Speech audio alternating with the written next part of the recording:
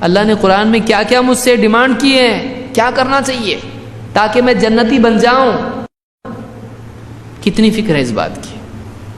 نہیں ہے۔ سورہ فاتحہ بھی معلوم نہیں اس میں کیا ہے، نہ نماز پڑھنے والے کو نہ فاتحہ دینے والے کو، فاتحہ دینے کا ثبوت ہے نہیں ہے، لیکن آدمی سالوں سال فاتحہ دے رہا ہے، اس کو سورۃ الفاتحہ میں کیا ہے نہیں معلوم۔ وہ سورہ فاتحہ پڑھ رہا ہے، قل هو اللہ احد پڑھ رہا ہے، قل اعوذ برب الفلق پڑھ رہا ہے، قل اعوذ بالناس پڑھ رہا ہے، قل یا ایھا الکافرون پڑھ رہا ہے، اس میں کیا کچھ نہیں پڑھ رہا ہے، لیکن اس کو اس کا مطلب نہیں معلوم، اس کو نہیں معلوم وہ کیا پڑھ رہا ہے۔ کیوں اتنا ظلم قرآن کے ساتھ؟ کیا یہ ایسا کلام ہے کہ جس کو نہیں سمجھنا چاہیے؟ ایک آدمی آ کے انگلش میں بات کرے، اپنا دوست بیٹھا ہے، کوئی انگریز آ کے جائے یا کوئی سعودی سے عرب آ کے جائے اور آپ کے دوست سے بات کرے عربی میں یا انگلش میں، آپ اس سے کیا بول رہے ہو؟ یہ طبعی تقاضا ہے آدمی کی فطرت میں، ذرا بول کیا بولا ہو، بولے جان چھوڑ تیرے کام، ارے ذرا بتا تو صحیح کیا بول رہا ہوں۔ کیوں؟ مجھ کو سمجھنا ہے وہ کیا بولا، مجھ کو جاننا ہے کیا بولا ہو۔ تو سنا نا تو نے عربی، سنا نا تو نے، بس ہو گیا نا۔ بولے نہیں میرے کو سمجھا نہیں، سنا لیکن سنا نہیں، سن کے فائدہ ہے کیا؟ وہ عربی میں لکھ کے دے، دیکھ قال کذا وکذا وکذا لکھ کے دیا اس نے بھی پڑھا، اس کو پڑھنا آتا ہے، اور بولی تو عربی ہے، تو بولے یہی بولا، بس یہی بولا اس نے، لیکن اس کا مطلب کیا ہے؟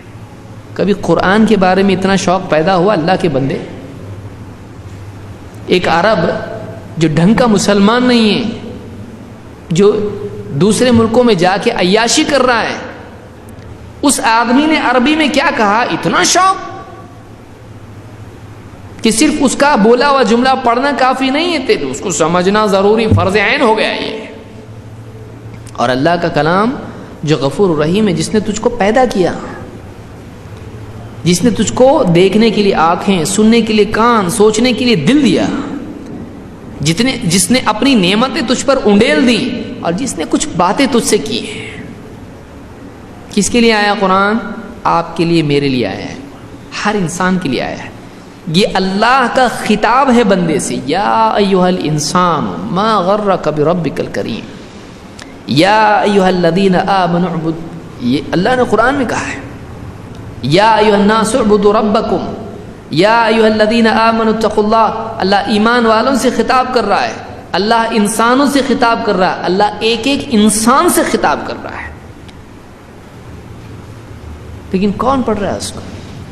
ضرورت نہیں ہے، ٹائم نہیں ہے، بزی ہے۔ اخبار پڑھنے کے لیے ٹائم ہے، 20 سال تک ایجوکیشن کے لیے ٹائم ہے، 20 سال تک ایجوکیشن کے لیے ٹائم، لیکن اللہ کا کلام پڑھنے کے لیے ٹائم نہیں۔ تو یہ جو قرآن ہے یہ قیامت تک کے لیے محفوظ کتاب ہے، لیکن کوئی پڑھنے والا بھی تو ہو اس کا، کوئی پڑھنے والا ہو اس کا، کچھ سمجھنے والا ہو اس کا، زیادہ نہیں تو نہیں، کم سے کم 30واں پارہ تو پڑھے، کچھ تو معلوم ہو قرآن میں کیا ہے۔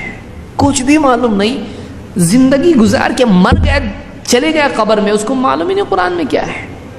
اور ایسا بھی نہیں کہ ان پڑھ تھا، بہت پڑھا تھا، یہ پڑھتا تھا، وہ پڑھتا تھا، ناول پڑھتا تھا، غزلیں پڑھتا تھا، اخبار پڑھتا تھا، میگزین پڑھتا تھا، کیا نہیں پڑھتا تھا؟